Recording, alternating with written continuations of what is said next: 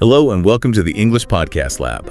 I'm Mike, and with just days until the 2024 U.S. presidential election, well, we've got a real nail-biter on our hands. Joining me to unpack it all is Sarah, our election expert. Sarah, it seems like everywhere you look, it's, will America get its first female president, or is it Trump coming back for round two?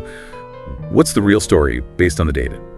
Well, Mike, you're absolutely right. It is a real cliffhanger. And while those headlines definitely grab your attention, the polls are actually telling a much more complex story. As of November 3rd, Kamala Harris is holding on to a lead nationally, but it's very slim.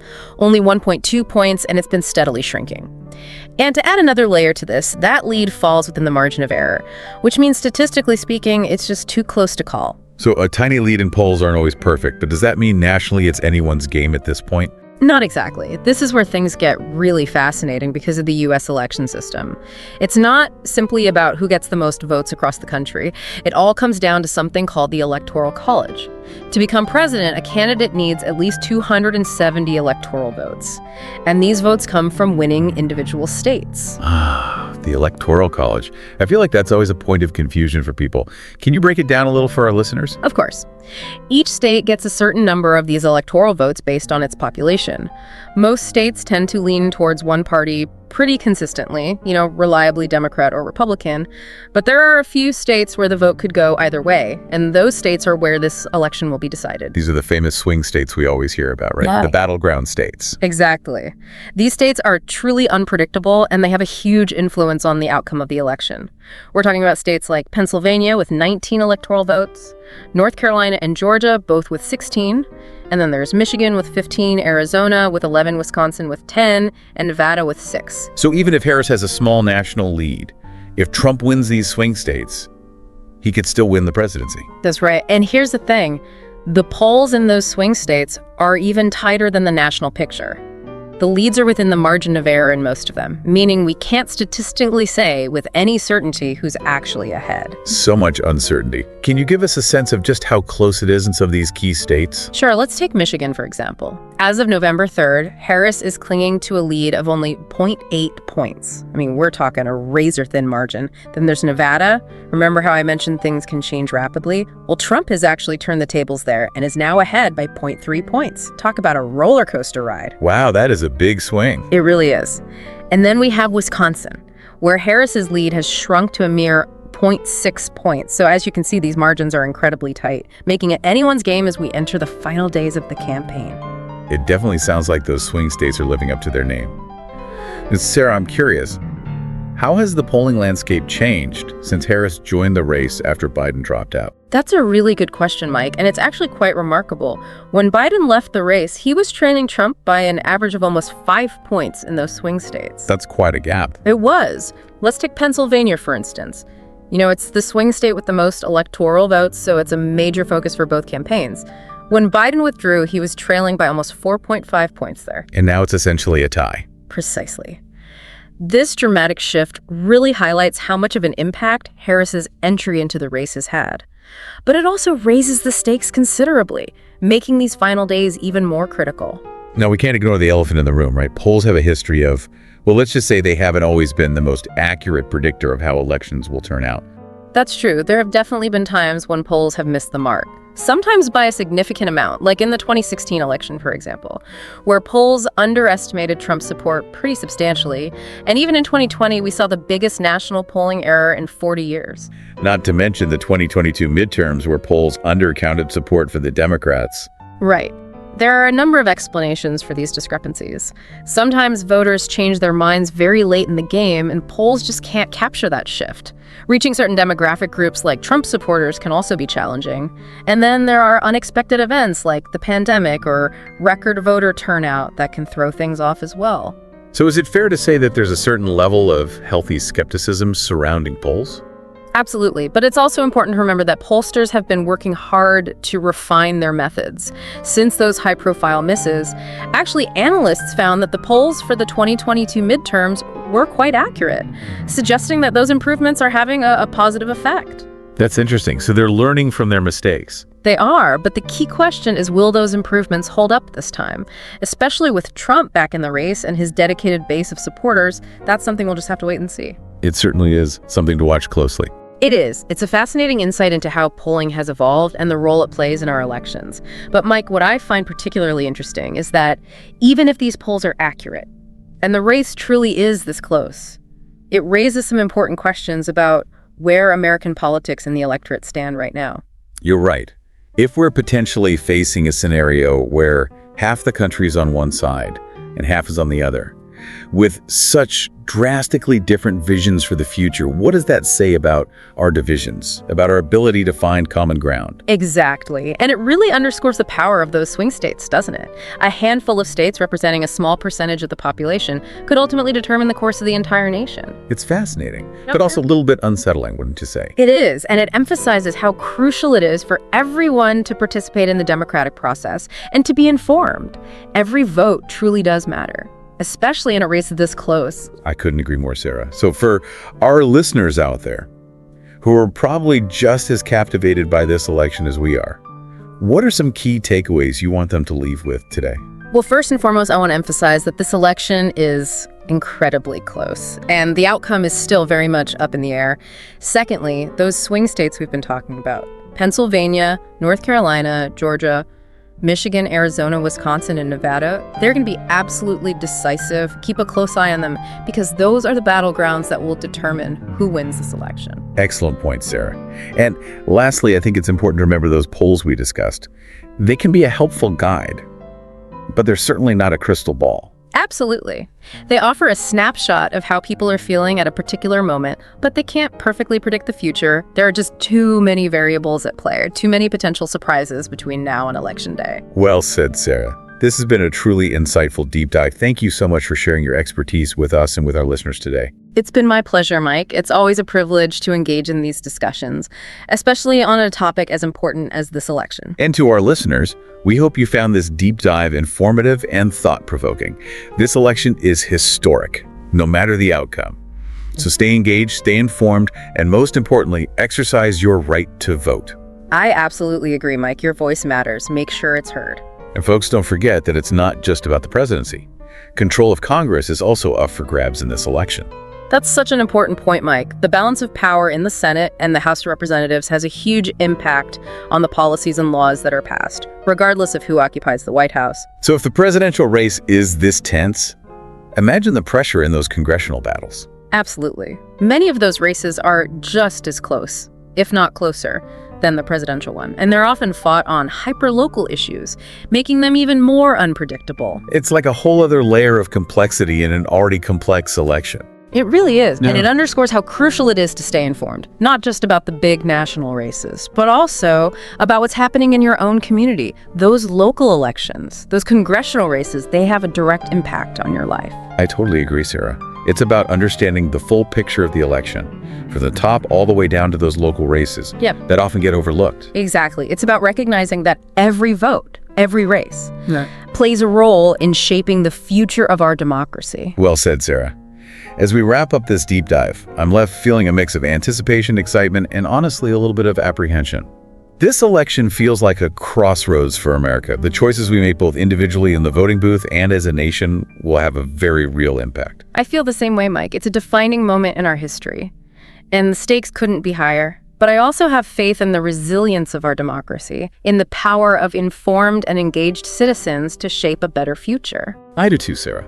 I do too. And on that hopeful note, we'd like to thank you, our listeners, for joining us on this deep dive into the 2024 U.S. election. It's been a wild ride, and it's far from over. Remember to stay informed, stay engaged, and most importantly, make your voice heard. Every vote counts. And don't forget to like, share, and subscribe to this YouTube channel for more insightful deep dives. Until next time, stay curious. And remember, the future is in our hands. Let's make it a good one. It really is incredible to think that just a few states have such a massive impact on the entire nation. Speaking of impact, Sarah, I'm curious, how have the polls been trending since Harris entered the race after Biden stepped aside? That's a great question, Mike. And the shift has been pretty dramatic. When Biden was still in the running, polls showed him trailing Trump by almost 5 points on average in those crucial swing states. Wow, that's a pretty significant gap to overcome. It is. Let's look at Pennsylvania, for example. It carries the most electoral votes of all the swing states, so it's a major target for both campaigns.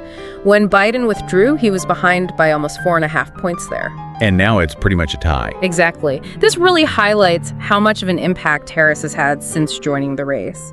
But it also really raises the stakes, making these final days of the campaign absolutely critical. I think it's time to address the elephant in the room. Polls have a bit of a reputation. Let's just say they haven't always been the best at predicting how elections will turn out. You're right. There have definitely been times when polls have missed the mark, and sometimes by a pretty big margin. The 2016 election is a good example, where polls significantly underestimated the level of support for Trump. And even in 2020, we saw the biggest national polling error in 40 years. And then there are the 2022 midterms, where polls undercounted support for Democrats. Yeah, a lot of things can contribute to those discrepancies. Sometimes voters change their minds at the very last minute, which polls just can't really capture. Reaching certain groups of voters like Trump supporters can also be a challenge. And of course, there are always those unexpected events like a global pandemic or record-breaking voter turnout. Those can really throw things off. So it seems like it's understandable that people might approach polls with a bit of caution these days. Absolutely. But it's also important to point out that pollsters have been working to improve their methods since those high-profile mistakes. In fact, analyses of the 2022 midterms showed that the polls were actually quite accurate, which suggests that those improvements are having a positive effect. That's good to hear. So they're learning from their mistakes and making changes. Exactly. But the real question is, will those improvements be enough to hold up this time around? Especially with Trump back on the ballot and his base so energized, I guess we'll have to wait and see. Absolutely. You mentioned earlier, Sarah, that even if the polls are accurate and the race really is as tight as they're suggesting, it raises some important questions about the state of American politics and the electorate. I thought that was really interesting. Can you elaborate on that a bit more? Sure. If we're looking at a situation where the country is almost evenly split, with each side holding such different views of what the future should look like, it really makes you stop and think. What does it say about where we are as a nation? Can we find common ground? It's a sobering thought. Yeah. And it really highlights just how much power those swing states have. Exactly. A small number of states representing a relatively small portion of the population really have the ability to determine the direction of the entire country. It's both fascinating and a little unsettling. I agree. It really underscores the importance of not just voting, but being informed, especially when the race is this close. I couldn't agree more. So for all our listeners out there who are following this election as closely as we are, what are some of the key takeaways you want them to remember? That's a great question. Sarah, what would you say are the most important things for our listeners to keep in mind as we head into these final days? Okay, well, first and foremost, it's crucial to remember that this election is incredibly close. We really don't know what's going to happen. Second, those swing states that we've been discussing, Pennsylvania, North Carolina, Georgia, Michigan, Arizona, Wisconsin, and Nevada, they're going to be the deciding factor in this election. Keep an eye on them because those are the battlegrounds to watch. Great points. And lastly, I think it's important to remember that while polls can be helpful, they're not a perfect predictor of the future. You got it. They offer a snapshot in time, but they can't account for all the variables. So much can happen between now and Election Day. Well said, Sarah. This has been a really insightful conversation. Thank you so much for joining us and sharing your expertise with our listeners. My pleasure, Mike. It's always great to have these discussions, especially on a topic as important as this election. And to our listeners, we hope you found this deep dive informative and engaging. This is a historic election no matter what the outcome is. So stay informed, stay engaged, and most importantly, make sure you get out there and vote. Absolutely. Your voice matters. Make sure it's heard. And don't forget that it's not just about the presidency. Control of Congress is also at stake in this election. That's a really important point. The balance of power in the Senate and the House of Representatives has a huge impact on what policies and laws get passed, no matter who's in the White House. If the presidential race is this close, I can only imagine the pressure in those congressional battles. Absolutely. A lot of those races are just as close, if not closer, than the presidential one. And they're often fought on very specific local issues, which can make them even more unpredictable. It adds a whole other layer of complexity to an already complex election. It does, and it really highlights how important it is to be informed not just about the big national races, but also what's happening in your local community. Those local elections, those congressional races, they can have a direct impact on your life. I totally agree. It's about understanding the whole picture, from the presidential race all the way down to those local races that often get overlooked. Exactly. It's about recognizing that every vote in every race plays a role in shaping the future of our democracy. Well said. As we wrap up this deep dive, I'm feeling a mix of excitement and a little bit of apprehension, honestly. This election feels like a turning point for America. The choices we make now, both individually and as a nation, are going to have a real impact. I feel it too. It's a pivotal moment in our history, and the stakes couldn't be higher. But I do have hope. I have faith in our democracy and in the power of informed, engaged citizens to create a better future. Me too. And on that note of hope, we want to thank you, our listeners, for joining us for this deep dive into the 2024 U.S. election. It's been a wild ride so far, and it's not over yet. Remember, stay informed, stay engaged, and most importantly, get out there and vote. Your vote is your voice. And if you want to stay on top of all the latest developments, don't forget to like, share, and subscribe to this YouTube channel for more deep dives on the issues that matter most. Until next time, stay curious. And remember, the future is in our hands. Let's make it a good one. You know, it's amazing to think about how much power these swing states have in just a handful of states compared to the whole country, but they really can determine who becomes president. It's true. They hold a lot of sway. Speaking of swaying things, Sarah, what about the polls? How have they changed since Harris came into the race after Biden stepped down? Oh, that's a great question, Mike, and the changes have been pretty significant.